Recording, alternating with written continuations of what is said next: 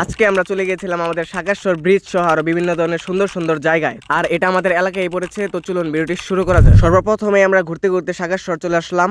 আর হ্যাঁ, সাগেশ্বর বাজারে প্রায় 100 বছর ধরে এখানে হাট হয়ে আসছে। হাটে পাওয়া যেত বিভিন্ন ধরনের খাবার দাবারের জিনিস, তারপরে শাকসবজি, গরুর দুধ, আরো বিভিন্ন ধরনের বিস্কুট সহ অনেক কিছুই। এখন আপনাদেরকে ব্রিজ সম্পর্কে কিছু বলি। সাগেশ্বর ব্রিজে বিশেষ করে গরমকালে অনেক মানুষ দেখা যায় বিকেলের দিকে। এখানে আসার মূল উদ্দেশ্য হলো ঠান্ডা ঠান্ডা বাতাস খাওয়া এবং এখানে সুন্দর পরিবেশ উপভোগ করার জন্য। এছাড়া সাগেশ্বর বাজারে একটি বিখ্যাত চায়ের দোকান আছে, ওখানে বসে আপনারা চাও খেতে পারেন।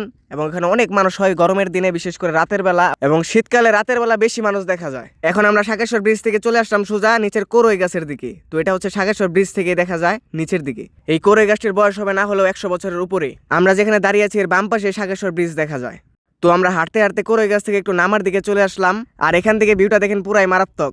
আপনারা যারা গাজীপুরের ভিতরে কালিয়াকৈর উপজেলার মধ্যে আছেন তারা অবশ্যই এই জায়গাটিতে ঘুরতে আসবেন। এই জায়গাটি অনেক সুন্দর, আপনারা আসলে নিরিবিলি পরিবেশে অনেক সুন্দর সময় কাটাতে পারবেন। আর সাগেশ্বর ব্রিজের ঠিক নিচেই শ্রী শ্রী মাধব মন্দির নামে একটি মন্দির আছে, এখানে হিন্দুরা বিভিন্ন ধরনের পূজা করে থাকে। এখন আপনারা যে জায়গাটা দেখতে পাচ্ছেন এই জায়গাটাতে মূলত সাগেশ্বরের হাট বস্তু।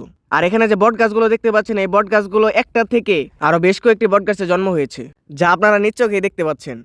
ব্রিজ থেকে আপনারা উত্তর দিকে আসলে দেখতে পারবেন মুক্তিযুদ্ধ স্মৃতি এই জাদুঘরটি। এই জাদুঘরে সংরক্ষিত আছে মুক্তিযুদ্ধ সম্পর্কিত বিভিন্ন ধরনের বই। তাছাড়া বই ছাড়া এখানে কোনো কিচ্ছুই নেই। আর এই জাদুঘরটি বর্তমানে বন্ধ ঘোষণা করা হয়েছে।